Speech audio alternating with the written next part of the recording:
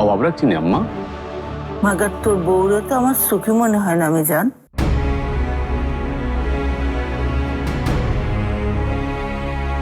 আম্মা কখন আমার জিগেছেন যে আমি সুখী কিনা?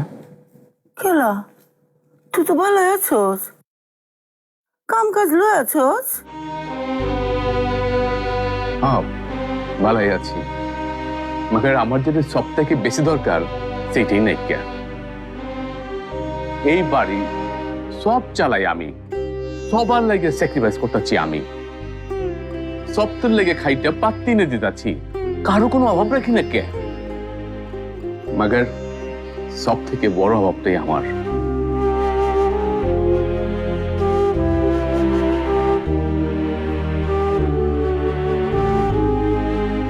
একটা বাচ্চা নাকি আমার, আপনার বউ একটা বাচ্চা দেওয়ার পারে নাকি আমারে। আর আপনি কিনা ওর সুখের কথা ভাবতেছেন আম্মা।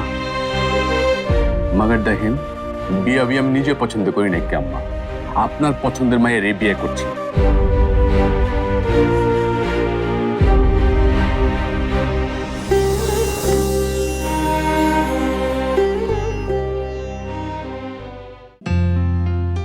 মা এটা কি বললো? বড় খালা আসলেই নাকি আমার বিয়ে? আমি তো এখনই বিয়ে করতে চাই না।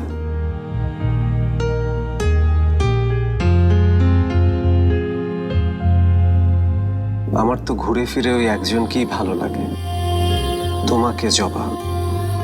আর কাউকেই আমি তোমার জায়গায় ভাবতে পারি না।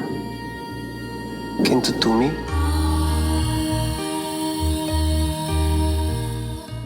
তো কিছুই বলো না।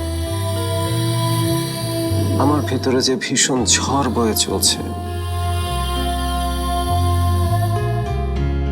তার একটু বাতাসও কি তোমাকে গিয়ে স্পর্শ করে না?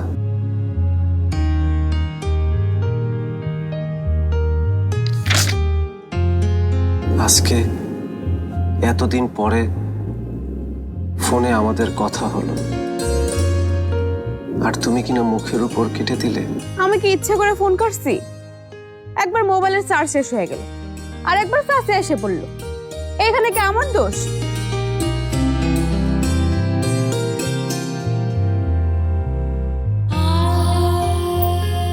তুই ক, মিঠু সবকে বুঝবো না আমার কথা?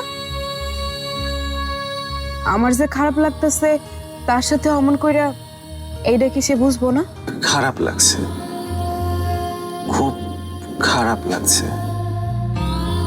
আর বেশি দিন হাতে নেই।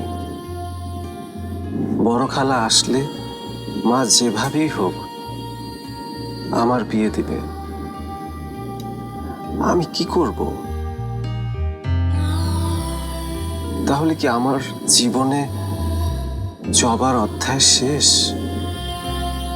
নাকি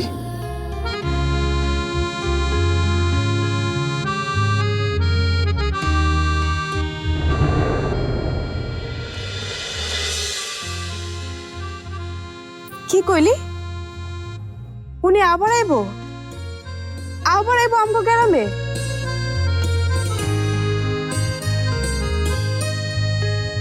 আইলে আইবো, তাতে আমার কি? ওনার জন্য কিছু করতে গেলে তো আমার দোষ হয়েছে। কিচ্ছু করবো না, এবার আইলে দেখাও করবো না।